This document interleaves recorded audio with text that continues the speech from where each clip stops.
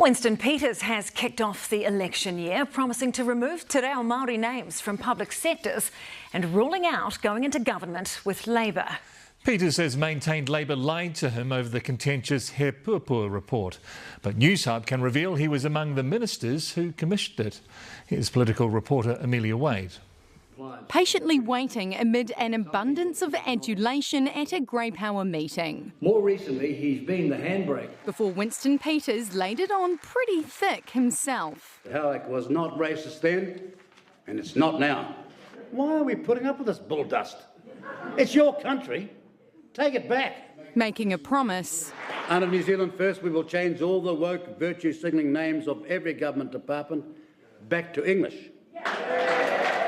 But not everyone convinced. I'm disillusioned with Winston because he promises things and never delivers. He's been good in the past. I like the guy, but he's so rude to the people who are interviewing him, I just, switch it off.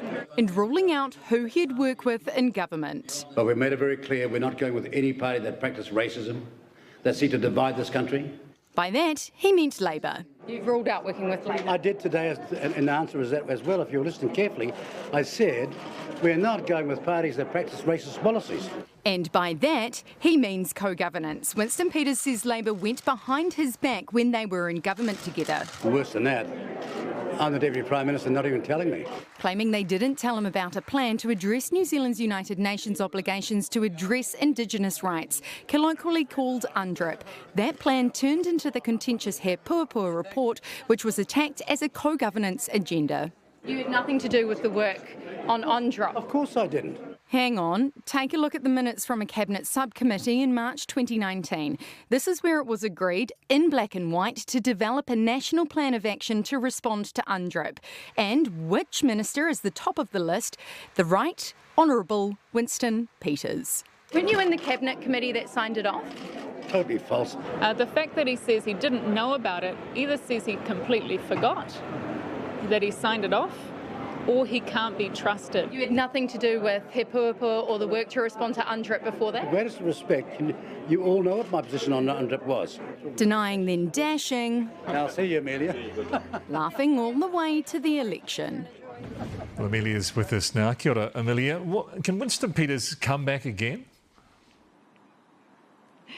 Winston Peters was in his element today, the comeback kid rallying the troops in an election year.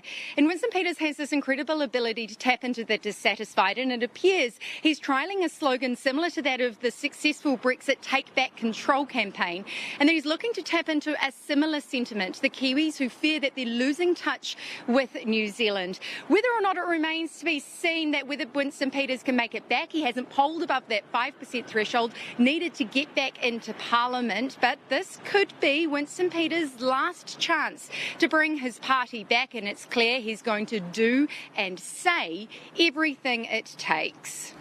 Amelia, tēnā koe.